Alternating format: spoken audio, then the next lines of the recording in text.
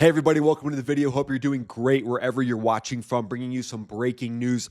President Trump has said that we will now be targeting narco-terrorists on land. So again, everything's just stepping up. It's getting hotter and hotter in the Caribbean, and every day is a level that we haven't seen before. So targeting on land is actually easier than targeting in the water. I mean, having a massive big blue ocean and trying to go out there and find that little pin dot boat, it's very difficult. But when you're in a fighter jet and you're tracking vehicles on land, it's much easier, especially with infrared cameras. And now with the ability to have drones that are going to be out there helping the fighter jets. So you could have a fleet of drones, of X-Bats, of Anduril Furies, and you could have them up there using their infrared sensors to detect any movement, to detect any warm engines. Even a trail that has recently been run over by a vehicle is going to show up, and it's going to be very easy to spot, especially by the new technology in the X-Bat. And if you can't tell, that technology to me needs to be out on the front lines as soon as possible, doing intelligence, surveillance, and reconnaissance. But right now, it is a hotbed in the Caribbean. It's the perfect place to go out and test out these platforms, especially once we start moving more and deeper into land, deeper past the coast of Venezuela. But likely they'll start towards the coast and then work their way in.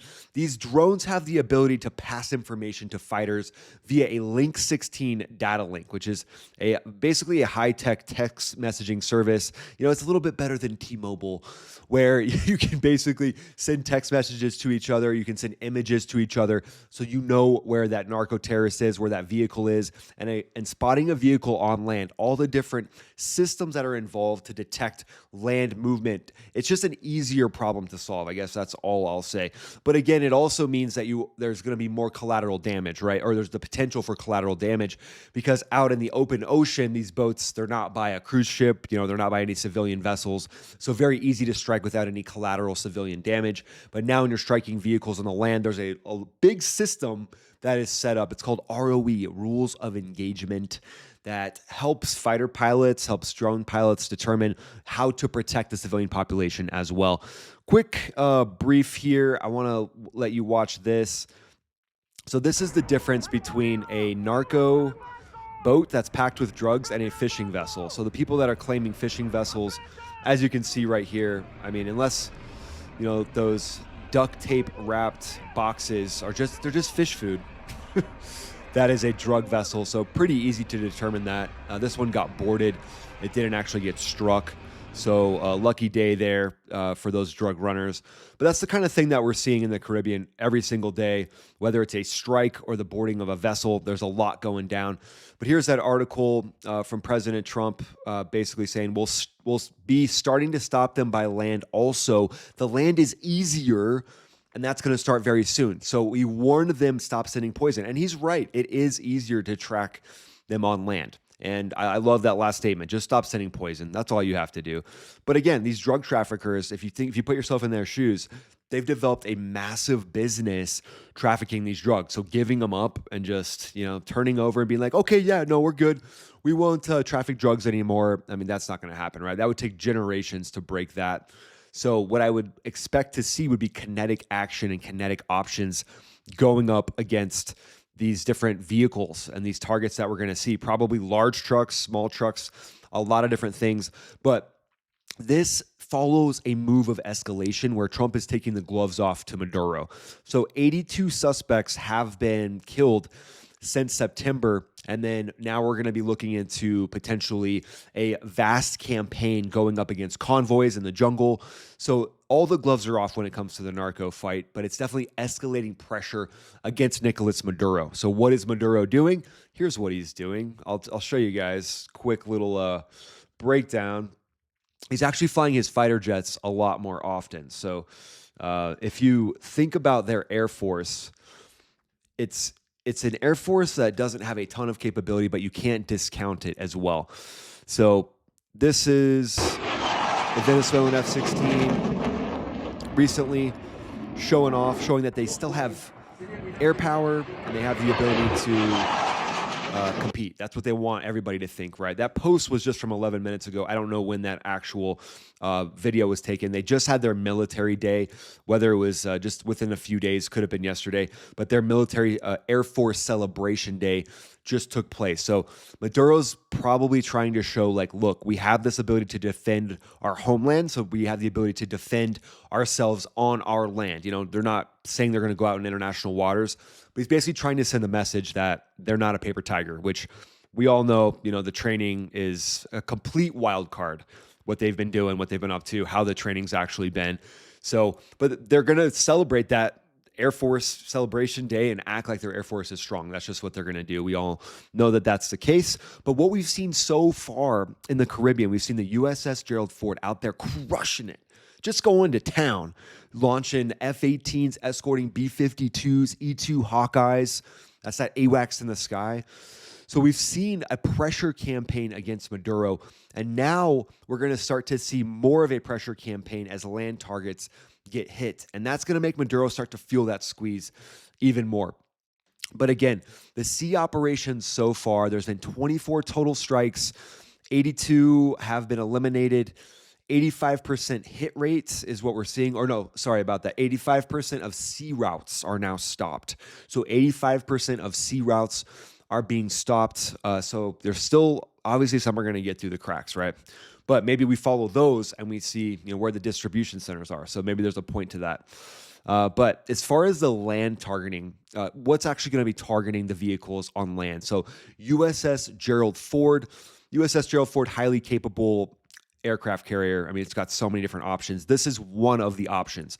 It's an EA-18G Growler.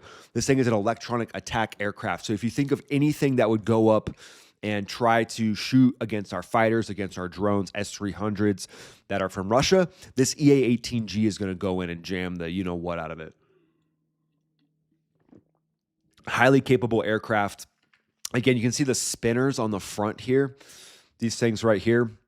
That actually helps to power some of the electronic warfare pods. And then it's got a fuel tank here, a second electronic warfare pod on the center line, and then a third electronic warfare pod on the right wing there. 2-seat configuration.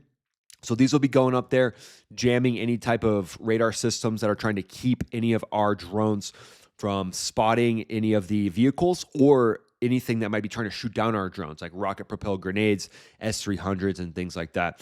So we've got the USS Gerald R. Ford. It can launch 75-plus aircraft. I mean, it's got 75-plus aircraft on it. Multiple of those aircraft can be launched per minute. So this thing's just a total beast. I mean, it's just one of the coolest things ever. Seeing an aircraft carrier operate, it's just insanely awesome. But it's got an air wing on it with FA-18Es and Fs. So you've got the 2-seat variant, which is more of the air-to-ground strike, which I think we'll likely see that one, the 2-seat variant, being operated a lot more often now that we're actually targeting the cartels in vehicles and trucks and using JDAMs, using small diameter bombs. JDAMs, you guys know I love acronyms. I got to throw in some of those. Joint Direct Attack Munition is what that stands for. So what I would expect to see would be more of the 2-seat variants out there dropping those JDAMs, and then small diameter bombs as well, rippling off of those things.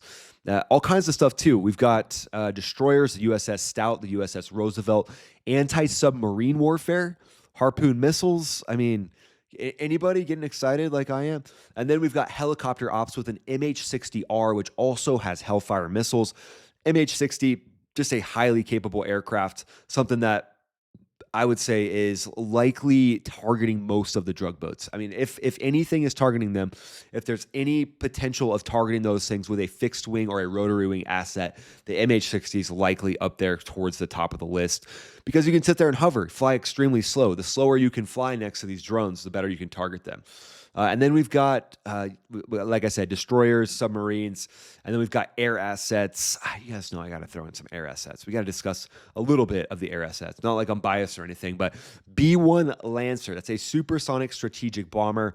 So when President Trump here talks about targeting anything on land, the B-1's highly capable. It has a sniper pod, so it has the ability to target things itself. We've got the B-52 Stratofortress. That is a long-range heavy bomber.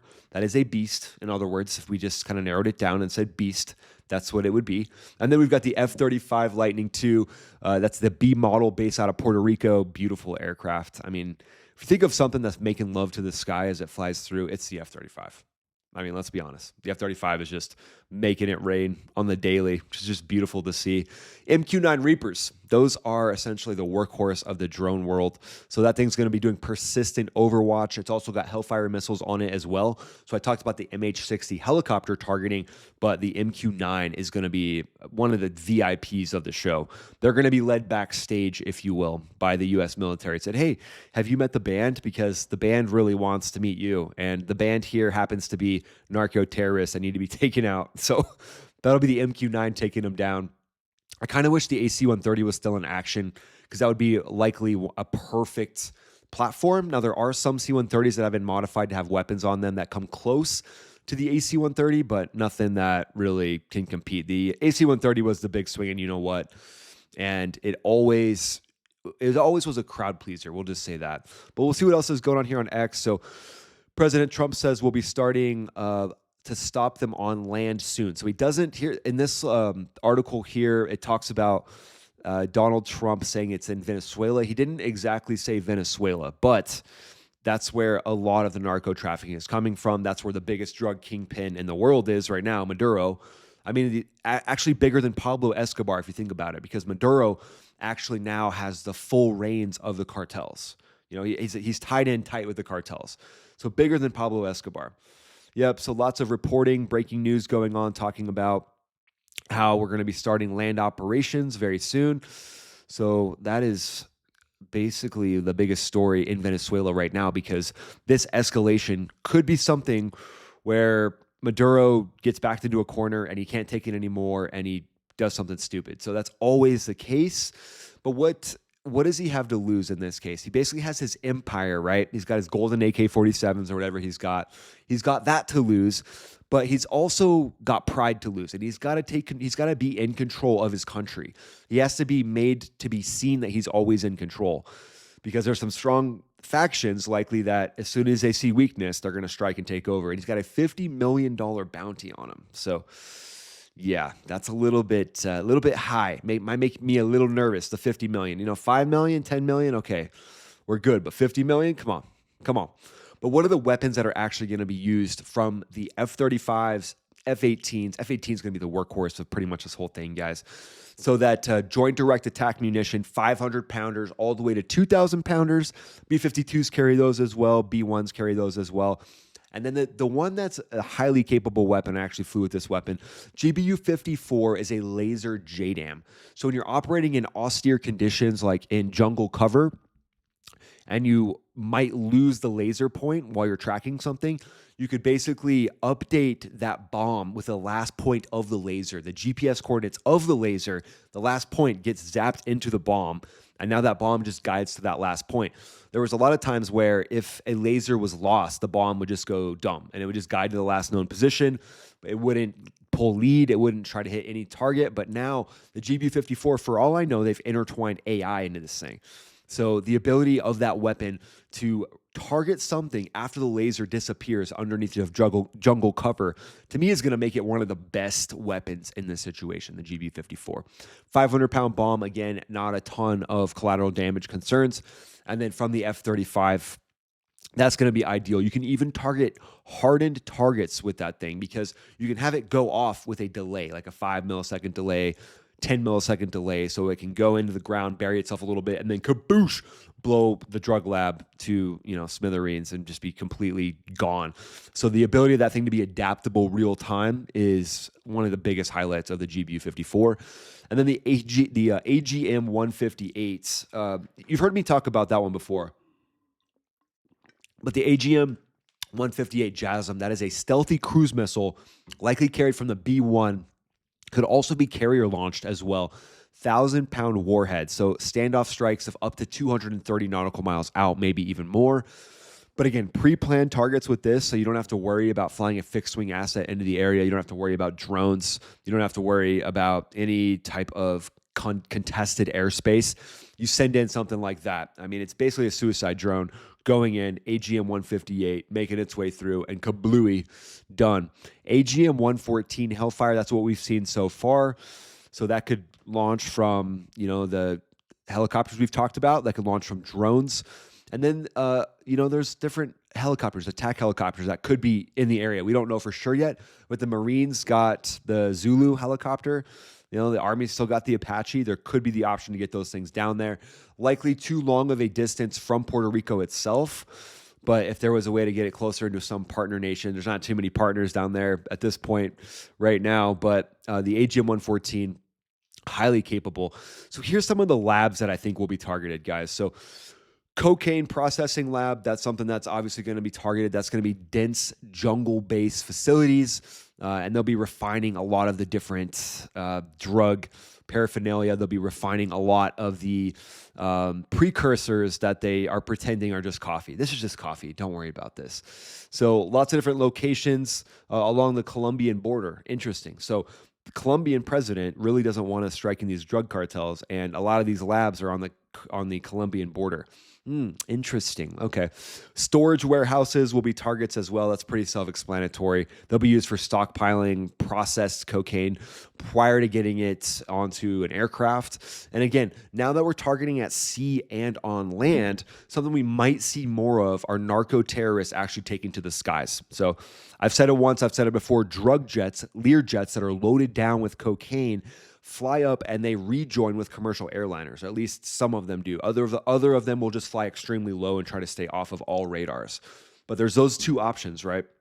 So I would think that we would see more of that as we crack down on the sea and on the land, and they might just start, if you take off and you kind of follow the land, you follow through Central America, you go up through Mexico, and then you make your way into the U.S. that way. That could be another place where they're actually operating as well. But there's F-35s in Arizona, there's F-35s in Florida, so that southern coast is relatively well covered, but I am expecting to see a lot more action from the F-35s as this develops, targeting those drug jets. I just think it's a no-brainer for the cartels. They're trying to think, what's the next way to play cat and mouse? What's the next way to get around this? So, okay, the sea's basically shut off. 85% of the route's gone. They're going to strike us on land. So now as we start to see, dozens of strikes happen on land, which I'm expecting we'll be seeing that here in the next couple of weeks, they're going to start to adapt and shift after that. So once we get about 80% of the supply routes shut down, 80% of the supply stops flowing, now we're going to see them take to the air possibly a little bit more. So that's something to think about. And then the where those will land will be clandestine airfields. So think unpaved runways, just unimproved jungle strips that have basically had a lawnmower go across them to try to clear some path. But those are going to be remote. They're going to be in areas that are marshy potentially as well. So getting in and actually burning them would be hard. So you would want to strike them from the air. You would want to take them down. Again, Anduril Furies, XBAT drones, loading those things up with small diameter bombs or JDAMs themselves, having them fly in undetected and just release a swath of those things. To me, it's a no-brainer. And we've actually had our first F-22 pilot control a drone from the cockpit, which is awesome. That's insanely cool. So that's going to be one. Safe houses will be one as well for the different leadership structures of the cartel. Transportation hubs, so road checkpoints or even just bridges and roads that are going to be used can be struck and taken out, and that could help stop the flow as well. So I would expect to see this continue to escalate. But the big picture here is to stop the ground movement. And a lot of times you do that by taking out the infrastructure and taking out the actual hubs where the drugs are being loaded on. So this is heating up in a way that's, I don't think anybody ever saw coming. To me, it's insane. Now we're taking the next step, which is that land option. And I'll keep you guys posted as this develops. I think we're going to see the powder keg increase. What do you think? What's your opinion? I would love to know what you think. So let me know in the comments below where you think this conflict goes. I would love to hear about it. Follow me on Instagram, follow me on X, and then go ahead and watch one of these videos that pop up right here. That's the best compliment you can make to the channel. Really appreciate you guys watching. Thanks so much. This is Ryan, also known as Max Afterburner, signing off.